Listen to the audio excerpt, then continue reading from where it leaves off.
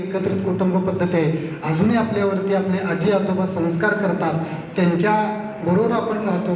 काही चुकलं मुकलं असेल तर आपल्यावरती ते संस्काराच्या माध्यमातून शिक्षा करून आपल्यावरती काय करतात, संस्कार घडवण्याचा प्रयत्न करतात. मला एक आलेला अनुभव सांगतोय की मी ज्यावेळेला विवेकानंद कॉलेजमध्ये शिक्षकासाठी गेलो की माझी बदली तिथं झाली आणि मी तिथं शिकवत असताना अगदी शहरी भागातल्या मुलींना विचारलं खास करून की तुम्ही असा कोणता पदार्थ आहे की घरामध्ये अगदी न मीठ वापरता तुम्ही रोजच्या रोज दैनंदिन जीवनामध्ये खाता, त्याचा वापर करता. शहरातल्या बऱ्याच मुलींना त्याचं उत्तर देता आलं नाही. मात्र ग्रामीण भागामध्ये विचारल्यानंतर एका विद्यार्थिनीने सांगितले की सर, आम्ही घरामध्ये बनवणारी भाकरी हा जो पदार्थ आहे तो मात्र आम्ही रोजच्या रोज घरामध्ये सर न मीठ वापरता आपण तो खाद्यपदार्थ बनवतो. मात्र हे जे संस्कार आहेत ते आपल्याला ग्रामीण भागातून मिळतात. सरांनी जसं मगाशी म्हटलं की आज घरामध्ये 14 जणांचं कुटुंब असेल तर 14च्याकडं अँड्रॉइड फोन आहे. त्याच्यामध्ये रोजच्या रोज 1 GB डाटा आपल्याकडे असेल तर आपल्यासारखं जगल्यासारखं वाटतं, नाही तर डाटा संपला असेल तर आपली बॅटरीसुद्धा मोबाईलसारखी आपण संपल्यासारखं वाटतं. आणि मग कुठंतरी पालक आणि विद्यार्थी यांच्यामध्ये जे संस्कार आहेत, जे कम्युनिकेशन व्हायला पाहिजे ते होत नाही. आमचा जो काल, मला जर वाटतं की माझी शेवटची पिढी असेल की आपल्या घरामध्ये एकत्रित बसून आज शाळेमध्ये काय शिकवलेलं होतं, कुठल्या शिक्षकांनी काय तुला अभ्यास केलेला आहे, आज दिवसभरामध्ये काय तुला मिळालेलं आहे, ही विचारण्याची संस्कृती आज पालकांच्यामध्ये आणि विद्यार्थ्यांच्यामध्ये कमी होत चाललेली आहे. मी पुन्हा एकदा या सर्व संयोजकांचं अभिनंदन करतो.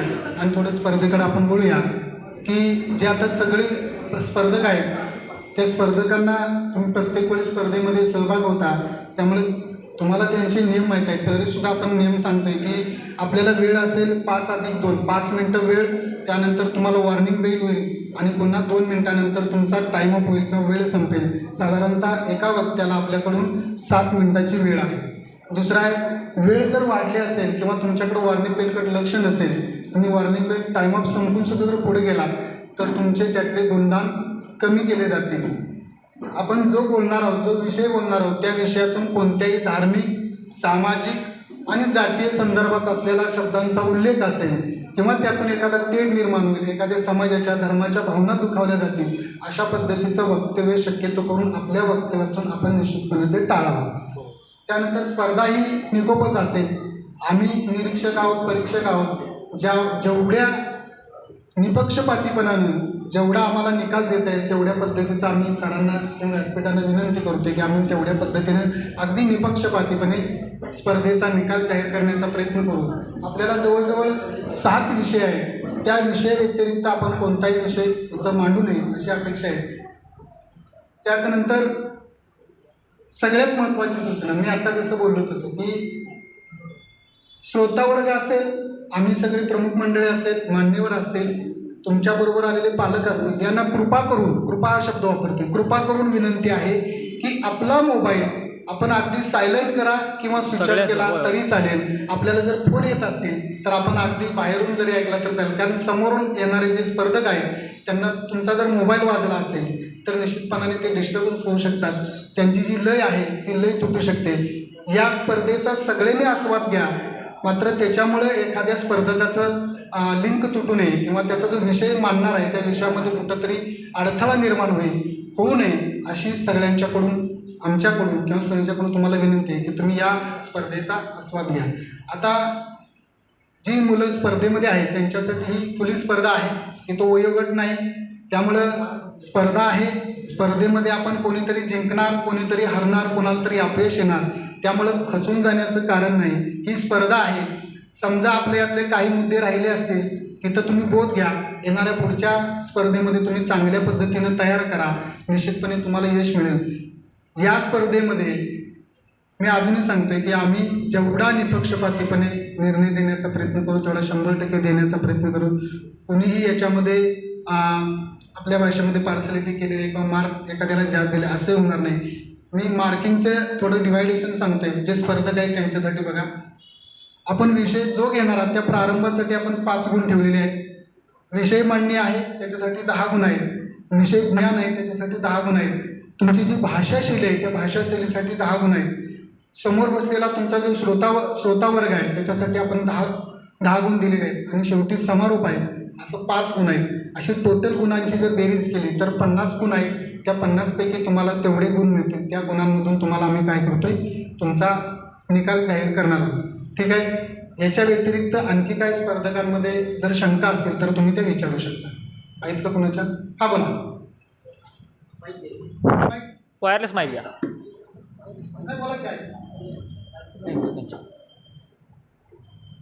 नाही, स्पर्धेला वयोगटच नसल्यामुळे प्रत्येक गोष्टीचं मूल्यांकन करणं इतकी पद्धती वाटत. कारण प्रत्येकाची भाषाशैली किंवा त्याचं मांडणी वेगवेगळे असतात. नाही भाषाशैली. हा बोला. पूर्ण तर मी काय बोलतो, तुम्ही जे मार्क देण्याची पद्धत मला सांगितली गेली ती इतर बऱ्याचशा सगळ्या व्यावसायिक स्पर्धांसाठी योग्य आहे.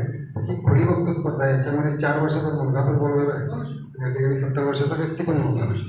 तर त्याच्या प्रत्येक मांडणीला तर तुमच्याकडे त्याच्या आधारावर बघणं हे तर्कतादृष्ट्या मला वाटत नाही कितपत योग्य किंवा आता तुमच्या शंकेचं निरसन करतो मी, कारण हे एक ट्रॅक आहे, त्या ट्रॅकमध्ये आपण जातो.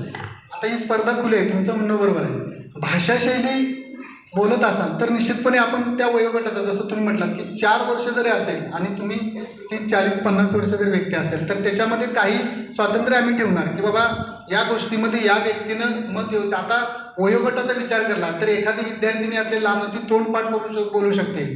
आणि तुमचा वयाचा विचार केला तर तुम्ही त्या वयानुसार तुम्हाला आलेल्या अनुभवासमोर तुम्ही एखादा अनुभव दाखल करू शकता.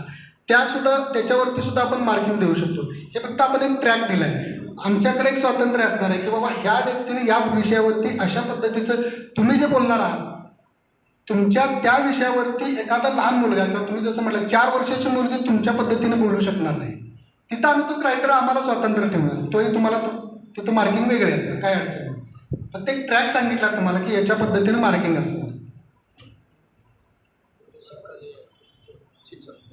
तो ट्रॅक मांडत असताना प्रत्येक स्पर्धक वेगवेगळा असणार आहे या गोष्टीचं फक्त लक्षात ठेवा. तो ट्रॅकमध्ये प्रत्येक स्पर्धकाची तुलना करत असताना तुम्ही हे बघून घ्या की प्रत्येक स्पर्धक वेगवेगळा असणार आहे. प्रतिस्पर्धक वेगवेगळे असणार. तेच तुम्हाला म्हटलं की आमच्याकडे काही स्वातंत्र्य, खुली स्पर्धा आहे.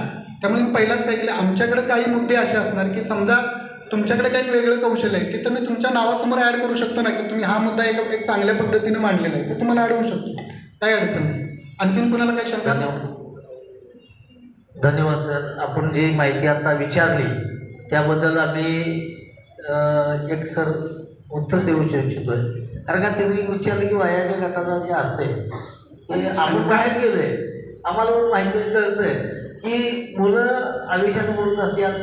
आमचं जरा आता वयाचे प्रमाण जरा कमी जास्त होतं आहे, पण तिची वैचारिक बुद्धी जी असते ती 50ची असू दे, अगर 5 वर्षाची असू दे, ती वेगळ्या तिची स्पर्धा आहे. वयाची स्पर्धा नाही आहे, ही विचाराची स्पर्धा आहे.